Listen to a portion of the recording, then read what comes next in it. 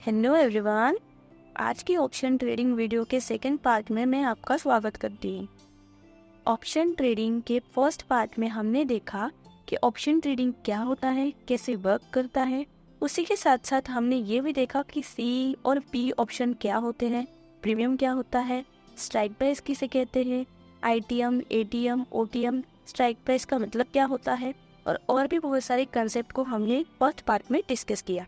अगर आपने हमारा फर्स्ट वीडियो नहीं देखा तो मेरी आपसे रिक्वेस्ट है कि इस वीडियो में आगे बढ़ने से पहले आप वो वीडियो ज़रूर देखें। लिंक मैंने डिस्क्रिप्शन बॉक्स में दे दिया है। इस वीडियो में हम देखेंगे कि आप अगर ऑप्शन ट्रेडिंग स्टार्ट करना चाहते हैं या फिर स्टार्ट करने की सोच रहे हैं तो आपको किस स्टेप्स को फॉलो करना चाहिए। स्टेप बाय स्टेप मैं आपको इस वीडियो में गाइड करूँगी। पहले इस वीडियो में आगे बढ़ने से पहले मेरी एक रिक्वेस्ट है कि आप हमारे चैनल पे अगर नए हैं तो वीडियो को लाइक करें, शेयर करें और चैनल को सब्सक्राइब करें। तो चलिए हम इस वीडियो को स्टार्ट करते हैं। ऑप्शन ट्रेडिंग स्टार्ट करने के लिए आपको कुछ स्टेप को फॉलो करना होता है।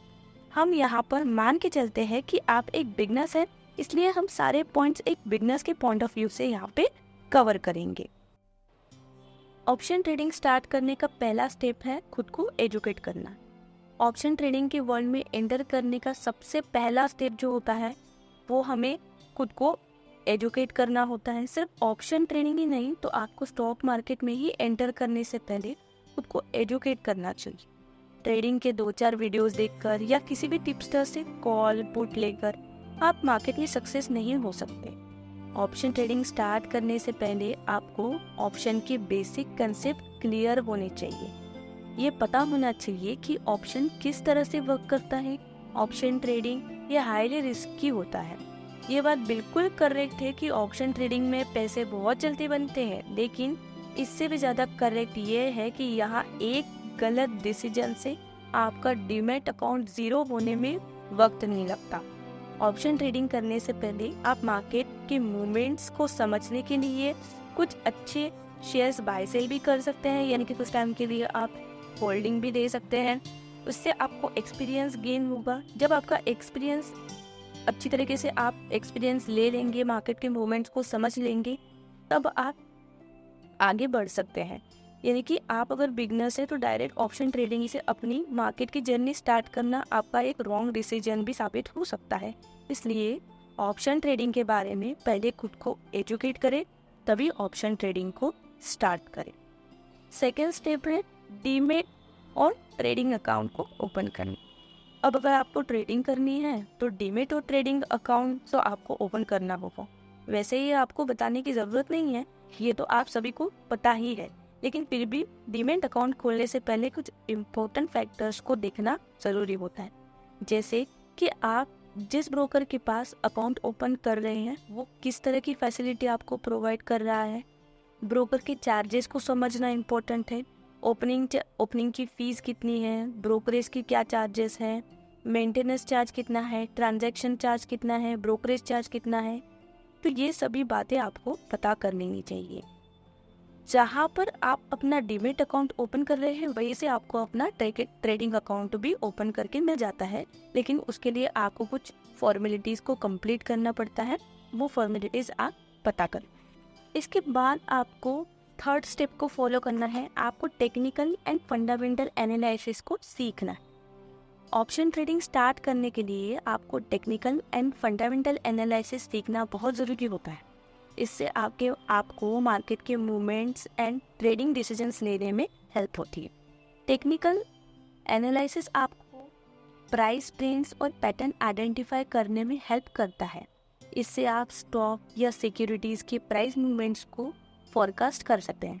पोजीशन की एंट्री और एग्जिट डिफाइन करने में भी इसकी आपको मदद होती है। उसी तरह अपना रिस्क मैनेजमेंट करना और अपनी पोजीशंस को प्रोटेक्ट करना, इसमें भी आपकी टेक्निकल एनालिसिस हेल्प करता है। अब फंडामेंटल एनालिसिस आपको क्यों करना है, क्योंकि अब फंडामेंटल एनालिसिस का महत्व हम यहाँ पे देखते हैं। फंडामेंटल एनालिसिस की मदद से हम कंपनी के फाइनेंशियल स्टेटमेंट और परफॉर्मेंस को इवेलुएट कर सकते हैं। आपको पता चलता है कि कंपनी का फाइनेंशियल कंपनी फाइनेंशियली किस तरीके की है, स्ट्रांग है या वीक है। अगर कंपनी स्ट्रांग होगी तभी हम वहाँ पे इन्वेस्टमेंट करेंगे, अगर वीक कंपनी होगी तो हम ऑब्वियसली वहाँ पे इन्वेस्ट नहीं करेंगे। तो उसका एनालिसिस करने में भी आपको फंडामेंटल एनालिसिस की हेल्प होती है। इन सभी की जानकारी मिलने के बाद ही आप डिसाइड करेंगे कि आपको उस कंपनी में इन्वेस्टमेंट करना चाहिए, क्या इन्वेस्टमेंट करना फ़ायदेमंद होगा या फिर नहीं होगा। इसी तरह से फंडामेंटल एनालिसिस की हेल्प से आप मार्केट की condition, interest rate, overall market का जो आउटलुक है उसे पता कर सकते हैं। ऑप्शन ट्रेडिंग जहां वॉलेटिलिटी एक मेन फैक्टर है, वहां आप इन दोनों की हेल्प से, टेक्निकल एनालिसिस और फंडामेंटल एनालिसिस, इन दोनों की हेल्प से मार्केट का बिहेवियर्स पता कर सकते हैं। उसके बाद हमें 4 स्टेप फॉलो करना है, risk management. Option trading risk भरा होता है, ये आप सभी को पता है। यहाँ आपको रिस्क मैनेज करना आना चाहिए, अदरवाइज आप यहाँ प्रॉफिट अर्न नहीं कर सकते। उल्टा आपके पास जितना भी आज कैपिटल है उसे भी आप यहाँ पे लूज कर देंगे और आपका कैपिटल कब गेन हो जाएगा वो आपको पता भी नहीं चलेगा। कोई भी ट्रेड एग्जीक्यूट करने से पहले आपको अपना स्टॉप लॉस पता होना चाहिए। टारगेट आप बाद में डिसाइड करो, लेकिन ट्रेड में एंटर करने से पहले स्टॉप लॉस डिफाइन कर लो। और सिर्फ स्टॉप लॉस आपको डिफाइन नहीं करना है, आपको अगर किसी दिन अपने ट्रेड में स्टॉप लॉस मिलता है तो स्टॉप लॉस देकर मार्केट से एग्जिट करना भी आना चाहिए। मार्केट से फाइट नहीं करनी है कि नहीं आज हम स्टॉप लॉस नहीं देंगे, हमें टारगेट ही चाहिए, ऐसा नहीं है। मार्केट को अगर हमने मार्केट को अगर स्टॉप लॉस नहीं दिया तो मार्केट कैपिटल लेके जाता है। इस वजह से कैपिटल देने से अच्छा है कि मार्केट को आप स्टॉप लॉस दे दो। तो आपको अपना रिस्क मैनेजमेंट करना आना चाहिए। इसके बाद 5th स्टेप है ऑप्शन स्ट्रैटेजी। बहुत सारी ऑप्शन स्ट्रैटेजीज आपने सुनी होगी। ऑप्शंस को ट्रेड करने से पहले बहुत सारी स्ट्रैटेजीज होती हैं, जैसे यूट्यूब पे आपने बहुत सारी स्ट्रैटेजीज देखी होगी, बहुत सारे वीडियोस देखे होंगी। तो कवर कॉल होता है, प्रोटेक्ट पुट होता है, स्ट्रैडल होता है, स्ट्रैंगल होता है, ऐसी बहुत सारी यानी बहुत सारी स्ट्रैटेजीज होती है जो आपकी हेल्प करती है ऑप्शन ट्रेडिंग करने के लिए। इन सभी को आपको समझना है, सीखना है और तभी ऑप्शन ट्रेडिंग स्टार्ट करना है। ओवर कॉन्फिडेंस होकर कभी भी आपको ट्रेड नहीं करना चाहिए। सबसे पहले सीखना है और सोच समझ कर ही ट्रेड को अप्लाई करना। उसके बाद नेक्स्ट स्टेप आपको फॉलो करना है, प्रैक्टिस करनी। किसी भी चीज़ को सीखना और लाइव मार्केट में अप्लाई करना, इन दोनों के बीच की जो कड़ी होती है वो है प्रैक्टिस। विदाउट प्रैक्टिस यहाँ पर कुछ नहीं होगा। आपको अगर लगता है कि 2-4 वीडियोस देख के आप डायरेक्टली लाइव मार्केट में कूद पड़ेंगे, लाइव मार्केट में पैसा कमाने लग जाएंगे, तो ये सारी मिसअंडरस्टैंडिंग है। इस मिसअंडरस्टैंडिंग से आपको बहुत जल्दी बाहर आ जाना चाहिए। मल्टीपल चार्ट की स्टडी करिए, मल्टीपल चार्ट्स देखिए, प्राइस एक्शन को समझिए, प्रैक्टिस करिए। यहाँ पर आप पेपर ट्रेडिंग भी कर सकते हैं या वर्चुअल ट्रेडिंग भी कर सकते हैं। वर्चुअल ट्रेडिंग के प्लेटफॉर्म अवेलेबल हैं, उसका यूज़ भी आप यहाँ पे कर सकते हैं। आपको वर्चुअल ट्रेड से आप अपनी बैक टेस्ट कर सकते हैं, ट्रेड की प्रैक्टिस कर सकते हैं, अपनी स्ट्रैटेजीज़ को वहाँ पे अप्लाई कर सकते हैं। अगर आप किसी दिन रॉन्ग भी हो जाते हैं तो भी आपका लॉस नहीं होगा, कैपिटल आपका सेफ रहेगा। लेकिन मैं आपको यहाँ पे सबसे इम्पोर्टेंट चीज़ बता दूँ कि वर्चुअल ट्रेडिंग करना और लाइव मार्केट में ट्रेड करना, इसमें बहुत ज़मीन आसमान का डिफरेंस है। ऐसे बहुत से लोग आपने देखे होंगे जो वर्चुअल ट्रेडिंग में तो रातों रात करोड़पति बन जाते हैं, लेकिन रियल लाइफ में जब वो रियल ट्रेड करते हैं तो उतना ही जल्दी उनका अकाउंट 0 हो जाता है। इसलिए लाइव मार्केट में ट्रेड करने के लिए आपको साइकोलॉजी की ज़रूरत होती है। स्ट्रेटेजी से भी ज़्यादा वर्क करती है साइकोलॉजी। लाइव मार्केट में सिर्फ और सिर्फ स्ट्रेटेजी आपको पैसे नहीं देती, आपको सिर्फ आपकी जो साइकोलॉजी है, लाइव मार्केट के दौरान आपकी साइकोलॉजी किस तरीके से वर्क करती है, वो साइकोलॉजी वहाँ पे आपको ऑन करके देती है। तो आप कि वर्चुअल पे प्रैक्टिस करें, लेकिन इसका मतलब ये नहीं है कि वर्चुअल में अगर आप सक्सेस हो गए तो लाइव मार्केट में भी सक्सेस हो जाएंगे। ये मिसअंडरस्टैंडिंग अपने दिमाग में बिल्कुल भी मत लाइएगा। इसके बाद आपको स्टेप फॉलो करना है, कैपिटल को मैनेज करना है। ऑप्शन ट्रेडिंग में कैपिटल को मैनेज करना एक महत्वपूर्ण हिस्सा होता है, ताकि आप अपनी जो ट्रेडिंग की जर्नी है, ट्रेडिंग का करियर है, उसको सस्टेन कर सके और लॉस से बचा जा सके। आप कैपिटल मैनेज करने के लिए पोजीशन साइजिंग को कम रख सकते हैं, स्टॉप लॉस ऑर्डर का यूज़ कर सकते हैं, अपनी कैपिटल को डिफरेंट एसेट में या डिफरेंट जगह पे इन्वेस्ट कर सकते हैं। अपनी पूरी कैपिटल को आपको एक ही जगह पे इन्वेस्ट नहीं करना चाहिए। कैपिटल को मैनेज करने के लिए आप अपना रिस्क रिवार्ड रेशियो भी सही तरीके से सेट कर सकते हैं। इसी तरीके से आप अपने कैपिटल को मॉनिटरिंग करना चाहिए आपको, किस तरीके से कि आपको कितना लॉस हुआ है, कितना प्रॉफिट हुआ है, इसका एनालिसिस आपको कंटिन्यू करते रहना है। इससे आपको एक आइडिया आ जाएगी और आपका जो कैपिटल है वो भी मैनेज करने में आपकी हेल्प होगी। नेक्स्ट स्टेप हमें फॉलो करना है, हमेशा स्मॉल अमाउंट से ट्रेडिंग स्टार्ट करना। ऑप्शन ट्रेडिंग जब भी स्टार्ट करें ऑलवेज स्मॉल अमाउंट से स्टार्ट करें। यानी कि अगर आपका वो जो स्मॉल अमाउंट आपने इन्वेस्ट किया है वो अगर आप लॉस भी कर लेते हैं तो भी आपको ज़्यादा आप मेंटली ज़्यादा डिस्टर्ब नहीं होगी। अगर आपने एकदम से फर्स्ट में ही पूरा जितना भी आपके पास अमाउंट है उसे अगर ट्रेडिंग में इन्वेस्ट कर लिया, अगर वो लॉस हो गया तो आपको जो है वो मेंटली आप डिस्टर्ब हो जाएंगे। उस वजह से आपको हमेशा स्मॉल से स्टार्ट करना चाहिए। स्टार्टिंग में आपको सिर्फ आप अगर बिगनर्स है तो एक लॉट से ही मार्केट में प्रैक्टिस करें। जैसे जैसे आपको एक्सपीरियंस आएगा, मार्केट के मूवमेंट्स को पता चले, मार्केट्स के मूवमेंट्स आपको पता चलेंगे, आपको पता चलेगा कि मार्केट किस तरीके से वर्क करती है। और जैसे जैसे आप प्रॉफिट में आएंगे तब आपका कॉन्फिडेंस भी गेन होगा और तब आप अपना लॉट साइज भी बढ़ा सकते हैं। ओवरऑल जब आप एक कंटिन्यू प्रॉफिट में आना स्टार्ट हो जाएंगे, आपको अगर कंटिन्यू प्रॉफिट होगा तब आप ज़्यादा भी अमाउंट इन्वेस्ट कर सकते हैं या फिर अपना लॉट साइज भी बढ़ा सकते हैं। लेकिन स्टार्ट में आपको सिर्फ एक लॉट से ही वर्क करना चाहिए। नेक्स्ट और सबसे इम्पोर्टेंट स्टेप है इमोशंस को कंट्रोल करना। मार्केट में काम करते वक्त अपने इमोशंस को कंट्रोल करना बहुत ज़्यादा इम्पोर्टेंट है। अगर आपको मैंने अभी तक जितने भी पॉइंट्स हमने डिस्कस किए वो सभी पॉइंट्स आपने फॉलो कर लिए हैं, लेकिन आप अपने इमोशंस को भी कंट्रोल नहीं कर पाए तो ये कि आपने जितने भी पॉइंट्स अभी तक जो हमने सीखे हैं उन पॉइंट्स पर कोई भी मीनिंग नहीं रहता। जैसे हमने पहले ही डिस्कस किया कि आपकी साइकोलॉजी किस तरीके से वर्क करती है, वही साइकोलॉजी आपको मार्केट से अर्न करके देगी। तो बहुत बार ऐसा होता है कि आप अपनी साइकोलॉजी को कंट्रोल नहीं कर पाते, इमोशंस को कंट्रोल नहीं कर पाते, तो आप गलत डिसीजंस लेने लगते हैं। तो यहाँ पे आप इस तरीके से अपनी इमोशंस को अगर कंट्रोल नहीं कर पाएंगे तो अर्निंग कभी भी नहीं कर पाएंगे। लाइव ट्रेडिंग करते वक्त कुछ इमोशंस होते हैं जो ट्रेडर में देखे जाते हैं जनरली।